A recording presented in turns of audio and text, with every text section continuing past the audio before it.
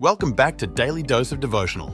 Today we're staying in the Old Testament to look in the book of 2 Kings chapter 4, verses 8 to 37. In a peaceful village of Shunem in the region of Israel lived a woman known for her kindness, generosity, and deep faith in God.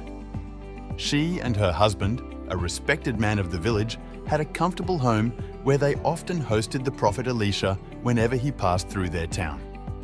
Recognizing Elisha as a holy man of God, the Shunammite woman and her husband prepared a small upper room for him, furnished with a bed, a table, and a chair. This thoughtful gesture offered Elisha a place of rest and refreshment during his travels. Grateful for their hospitality, Elisha wanted to show his appreciation to the woman and her husband. He asked his servant Gehazi to inquire about any desires or needs they might have. Gehazi discovered that the couple had longed for a child but were childless, a source of deep sorrow for them. Elisha, with a heart full of compassion and the guidance of the Lord, prophesied that the following year the Shunammite woman would hold a son in her arms. She was initially incredulous, for she had resigned herself to the idea that motherhood was not meant for her. However, true to Elisha's word, the next year she gave birth to a son, a testament to the miraculous power of God. Years passed, and the child grew, bringing immense joy to the Shunammite woman and her husband. But tragedy struck one day when the young boy suddenly fell ill while working in the fields.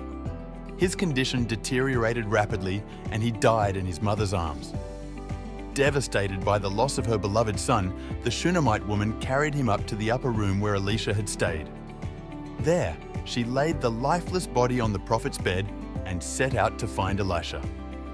When Elisha saw the woman approaching, he sensed her distress and inquired about her well-being. Her response was poignant. "Did I ask my Lord for a son? Did I not say, 'Do not deceive me'?" She was heartbroken, struggling to understand why this tragedy had befallen her. Elisha, deeply moved by her grief, went to the upper room where he prayed to the Lord. Stretching himself upon the lifeless child, he cried out to God for the boy's life to be restored.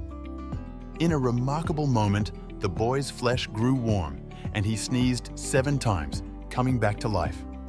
Elisha called the Shunammite woman and presented her with the miraculous reunion with her son. Overwhelmed with gratitude and joy, she fell at Elisha's feet, expressing her profound thankfulness. The resurrection of the boy is a powerful sign of God's power and Elisha's role as his prophet. It's a reminder that nothing is beyond God's ability, and He is the source of life and hope. This miracle invites us to look to God as our ultimate source of help and restoration. It teaches us about the importance of hospitality, the rewards of kindness, the strength of faith in times of crisis, and the power of God to perform miracles. As we reflect on this story, let us consider how we can emulate the Shunammite woman's faith and generosity in our own lives, trusting in God's power and provision. Thank you for joining me for today's devotional. If you found this video meaningful, don't forget to like, subscribe, and hit that notification bell. Until tomorrow, take care and God bless.